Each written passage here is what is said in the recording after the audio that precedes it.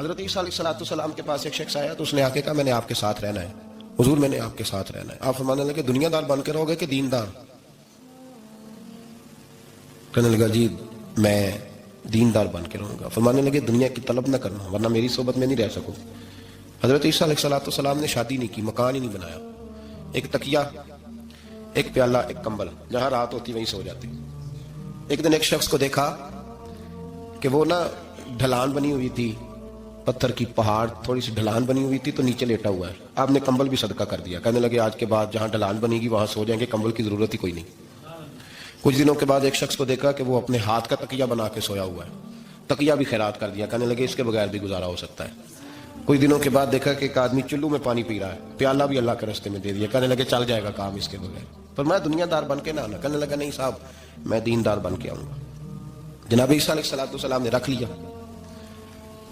آپ پہلے دن ہی کہنے لگے چل آجا روٹی کھا لے، 3 روٹیاں منگائی، اس کو ساتھ بٹھایا، فرمانے لگے میں تو ایک کھاؤں گا، تو کتنی کھائے گا؟ کہنے لگا جی میں بھی ایک ہی کھاؤں گا۔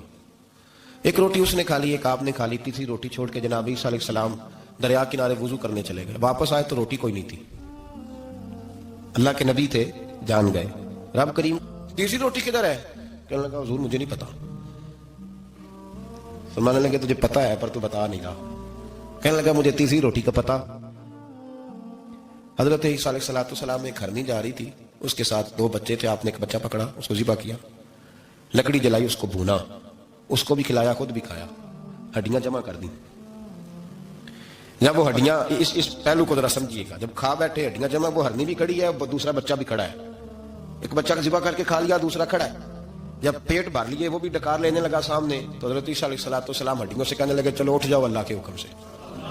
ہرنی کا بچہ پھر سے زندہ ہو گیا، وہ چلا گیا، ماں اس کو ساتھ لے کے روانہ۔ فرمانے لگے دیکھ اللہ نے مجھے معجزہ دیا ہے، ہم نے کھا بھی لیا ہے اور بچہ چلا بھی گیا ہے، ہمارے پیٹ میں ہے بھی، اور اب تو بتا دے روٹی کس نے کھائی ہے؟ کہنے لگا جی مجھے نہیں پتا، نہیں پتا مجھے۔ حضرت عیسیٰ علیہ السلام اس کو ساتھ لے کے بڑھے تو دریا کے اوپر، پانی کے اوپر پیدل چلنے لگے، دریا پار کر گئے۔ فرمانے لگے تو پانی پہ چلتا رہا ہے، سارا پانی کراس کر گیا ہے تو ڈوبا نہیں، اب بتا دے روٹی کس کے پاس ہے؟ کہنے لگا نہیں پتا۔ کہنے لگے منوا کے میں بھی چھوڑوں گا، تو مانے گا۔ آپ نے نا ریت کٹھی کی، ریت 3 حصوں میں ریت جمع کر لی اور پھر اس پر کچھ پڑھ کے پھونکا تو وہ سونا بن گئی۔ 3 ڈھیریاں تھی ریت کی، پھونکا تو سونا بن گئی۔ آپ فرمانے لگے یہ سونا تیرا، ایک ڈھیری تیری، ایک میری، اور تیسری اس کی جس نے تیسری روٹی کھائی ہے۔ کہنا جی میں ہی کھا دی، میں نہیں کھائی۔ یہ تیسرا اس کا حصہ جس نے تیسری، کہنے لگا میں نہیں کھائی ہے، مان گیا۔